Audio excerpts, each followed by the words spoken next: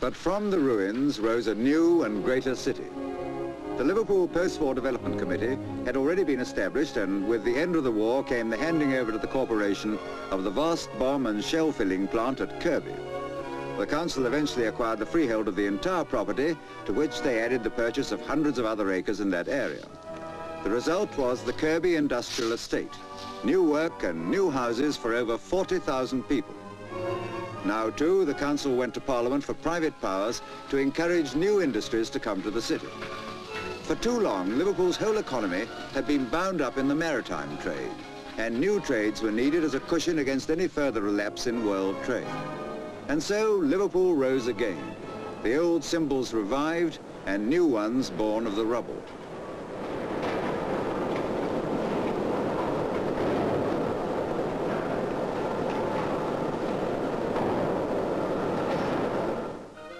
Despite their ordeal through the war years, the spirit of the Merseysiders had never been higher. And if there was one man whom every one of us can thank for the uplift he brought into our lives, it was the late Tommy Handley, born and bred in Liverpool, seen here on a visit to his mother there.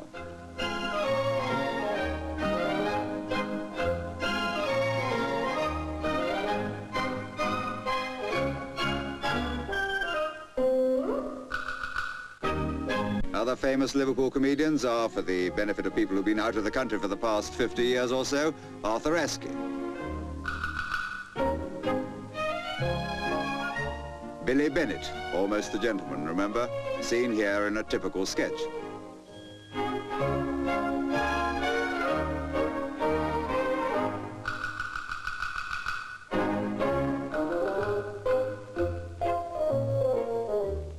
Lovable old Robb Wilton.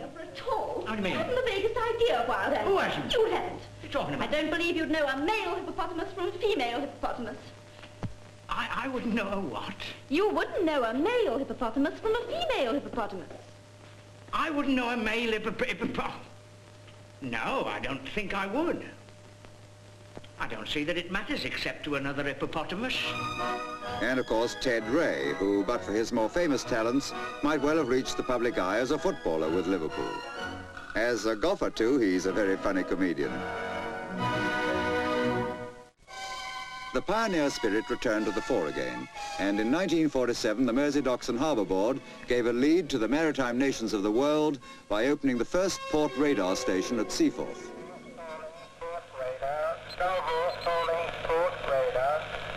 Can you give me my position, please? What is my position, please? And what is the state of the channel, please? And what is the state of the channel, please? Did you get that? Over. Hello, Salvo. Your position now is 045072. There is a vessel at grid reference 036069, half a mile away from you, half a mile away from you. Steer southeast by east. Thanks to port radar, fog is no longer the menace it was. If there's one sphere where radar would be a boon, it's football. For even some of our favourite players don't seem to know which way the goal is sometimes. But all things said and done, Merseyside isn't too badly represented with Everton and Liverpool. Who doesn't remember 1950, when the Toffees went out to Liverpool in the semi-final of the FA Cup at Manchester? That was quite a day, with 200,000 people trying to get into the city to see the Grand National, and more than 50,000 trying to get out for the semi-final.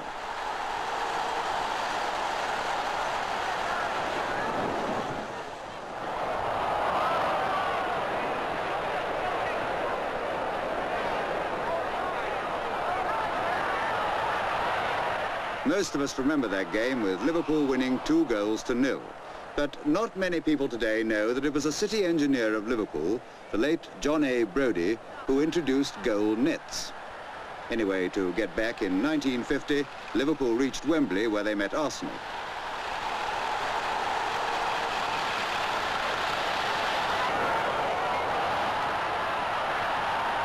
And so the final, from which Anfield supporters came away miserably wondering whether the Reds would ever win the cup.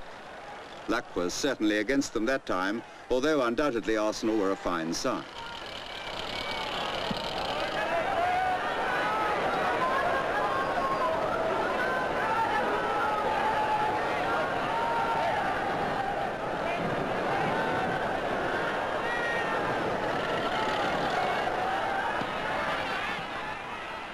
This was the Gunners' first goal, scored by Reg Lewis.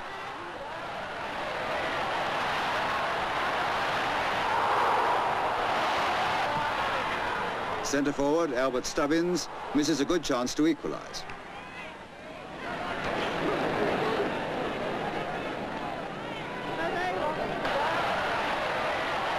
In the second half, Liverpool swarm into the attack, and after some clever play by Billy Liddell, the Reds were thwarted by a brilliant save by the Arsenal goalkeeper, Swindon.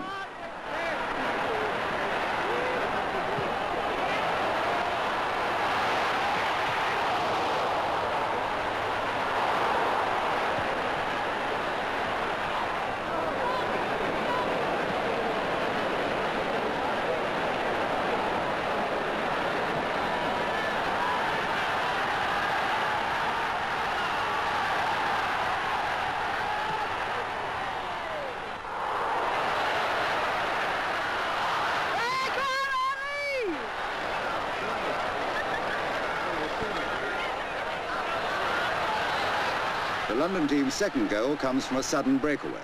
Mercer sends the ball upfield to Dennis Compton, who centres to Freddie Cox, through to Lewis, who bangs the ball into the net. Liverpool fight back, but a 2-goal deficit at Wembley takes a lot of making up.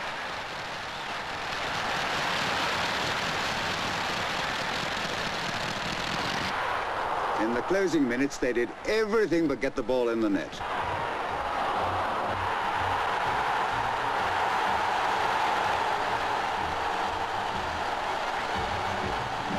Still, if it was any consolation, the Gunners' captain, Joe Mercer, is a Merseyside man.